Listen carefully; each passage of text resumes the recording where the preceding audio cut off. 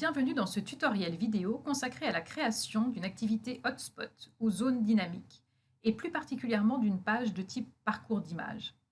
Les fenêtres contextuelles dynamiques, appelées également pop-up, permettent de cliquer sur des boutons ou des zones qui ouvrent des fenêtres au-dessus du contenu pédagogique.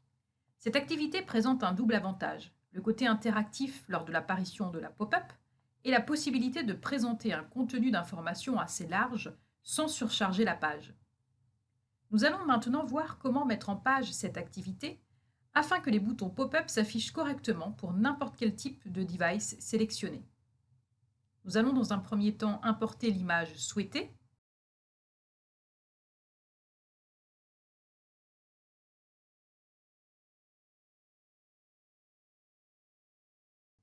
Puis nous allons ajouter ou supprimer des boutons pop-up en fonction du résultat souhaité. Vous avez deux façons de procéder. La première consiste à se placer à l'extrémité gauche du device à paramétrer, ici par exemple en vue PC. Puis vous allez ensuite sélectionner et déplacer le bouton pop-up à l'endroit souhaité.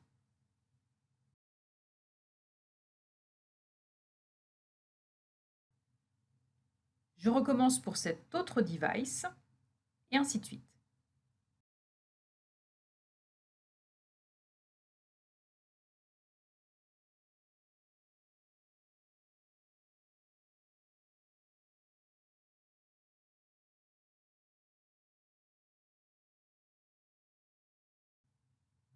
En testant dans les différentes vues correspondant chacune à un type de device, on se rend compte qu'en bougeant progressivement le curseur, les boutons bougent eux aussi légèrement car l'image est basée sur un pourcentage. Il nous faut donc, pour obtenir un résultat parfait, réajuster les boutons à la marge. La deuxième solution, et de loin celle que je préfère, consiste à définir une largeur maximum afin de contrer le problème de déplacement des loupes entre la largeur minimum et maximum du même device. Nous allons effacer nos actions précédentes, puis aller fixer la largeur en sélectionnant l'option Fixe dans Variations. Nous allons également centrer l'image pour un meilleur rendu.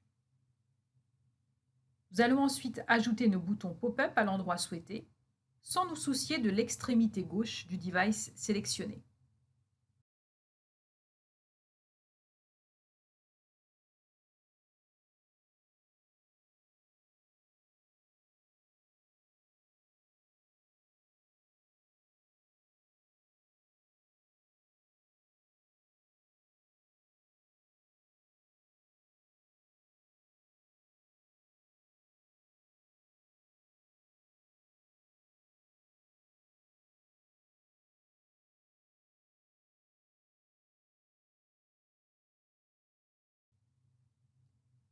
Comme vous le constatez lorsque je teste les différents devices à l'aide du curseur, la position des boutons correspond exactement à celle définie précédemment.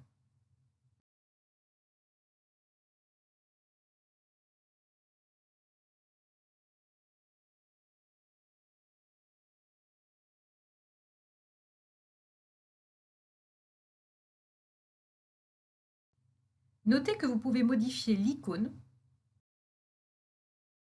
et diminuer ou augmenter la taille des boutons pop-up.